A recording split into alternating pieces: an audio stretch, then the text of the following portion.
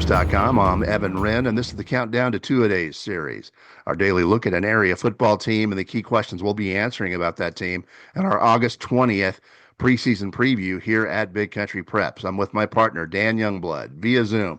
And tonight, Dan, we're talking about the Winters Blizzards.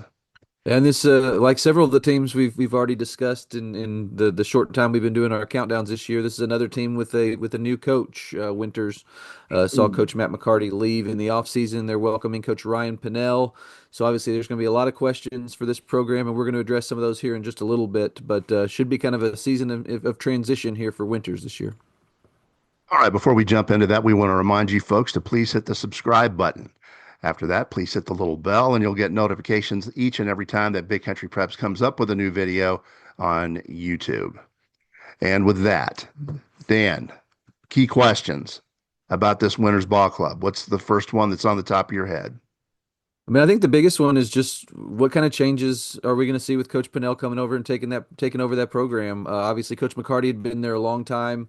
They've done a lot of different things over the years. They've run about three or four different offensive schemes and gone through some lean years recently, just with some limited numbers.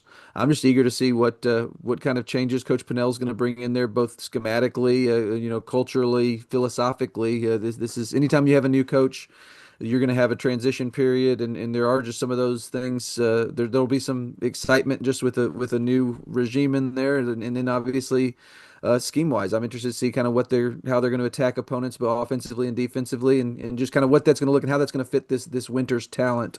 They've had kind of limited size in recent years. I'm eager to see kind of how Coach Pennell looks to kind of use the talent he has to best put it in a position to succeed.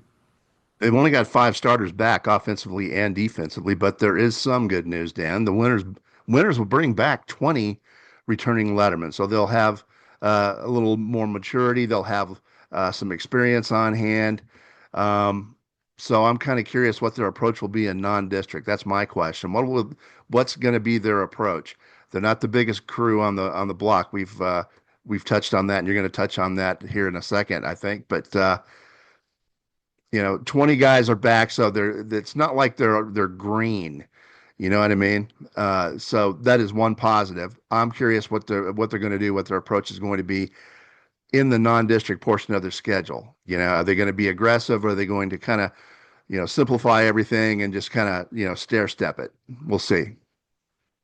Yeah, and that will be interesting.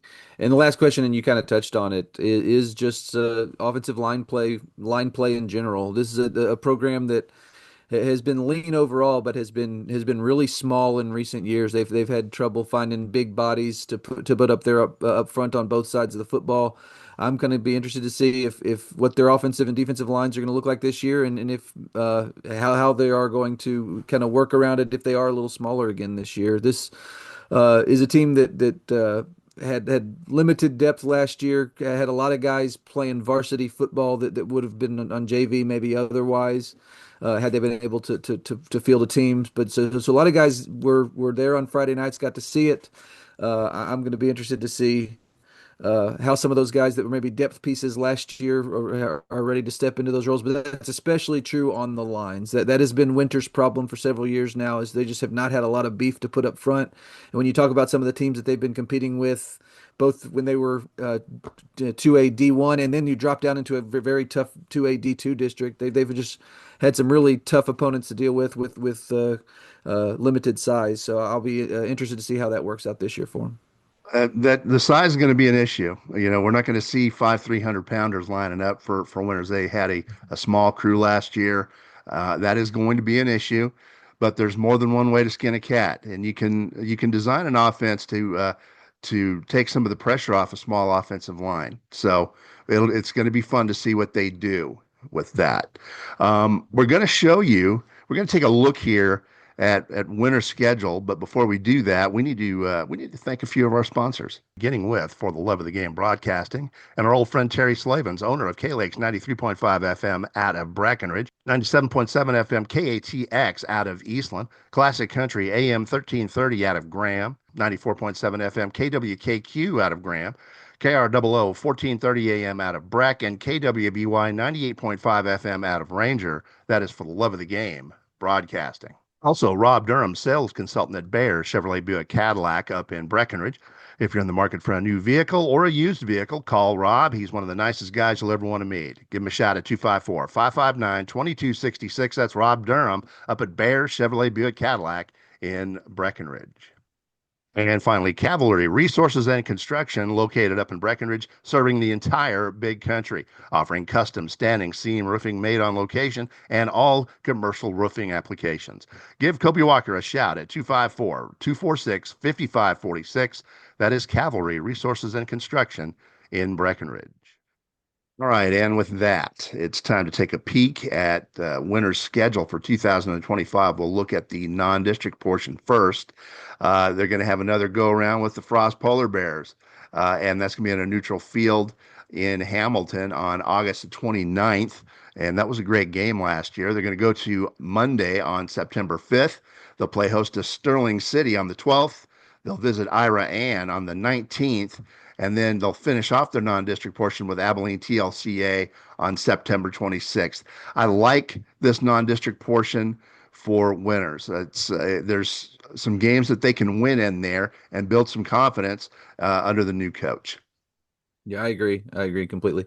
They'll have October 3rd off, as all of the teams in the district will, before opening league play on October 10th at Hamlin. They'll follow that with a tough game at Albany on the 17th of October. They'll come home to play Roscoe on the 24th, travel to Miles on Halloween, and then close out their regular season with a home game against Cross Plains on November 7th. So, I agree with you. I think that non-district schedule shapes up to where Winters will have several chances to get some wins and maybe gain some confidence. And then in district play is going to be interesting. That league, we've talked about it with all of the teams that we've discussed so far in District 7 to AD2, is going to be kind of maybe a little more open than it has been after Albany. I think Albany is the clear favorite, but after that, it could be a little more open than it has been in recent years, just because of some different things, coaching changes or heavy graduation losses. So Winters will have some opportunities maybe in district to scratch out a couple of wins too. Maybe find themselves on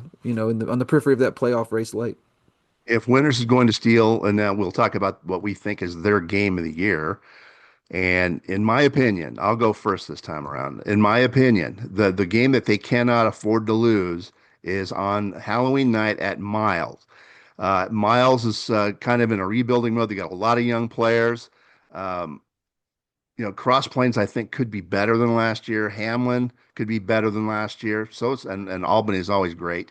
But Miles to me is the game that they have to win, and then you try to pull off an upset in the other games. But if they go through and they follow that very young Miles team, it's going to be tough for them to reach postseason play. Yeah, I tend to agree. I think it's kind of a tough break for Winters, in my opinion, to open district play with two road games against what I think might be the top two teams in that district. When you look at Hamlin, at Albany, and then that Roscoe game on the 24th, we're going to learn a lot about them that week too. If they're going to be competitive toward the down the stretch, I think that's when you need to at least be competitive in that Miles game. I agree. Just with everything Miles has lost, with how little they have returning, that's one that does feel like a must win if you want to make the playoffs. And that Cross Plains game could be interesting as well. But to open with Hamlin and Albany both on the road, that's going to be a tough road to hoe. But if you can stay healthy, stay confident, maybe you can steal a couple late and kind of be in the mix for it. All right. And with that, it's about time to wrap up this edition of the Countdown to Two-A-Days series, The Winners Blizzards. But before we do that, we want to remind you again, August 20th is the big day here at Big Country Preps. That's when we release the most comprehensive look at Big Country high school football of any media source, either in our area or statewide. We will have obviously team previews for everybody that we cover. We will have opinion pieces, columns. We'll have stats. We'll have standings. Uh, we'll have player features. We'll have at least 45 player features. So there's a whole bunch of reading to do when we release this thing August 20th. Don't forget, join us. In the meantime, we appreciate you joining us for this episode of our Countdown to Two-A-Days series, and we hope you will return tomorrow when we take a look at the Santo Wildcats here at BigCountryPreps.com.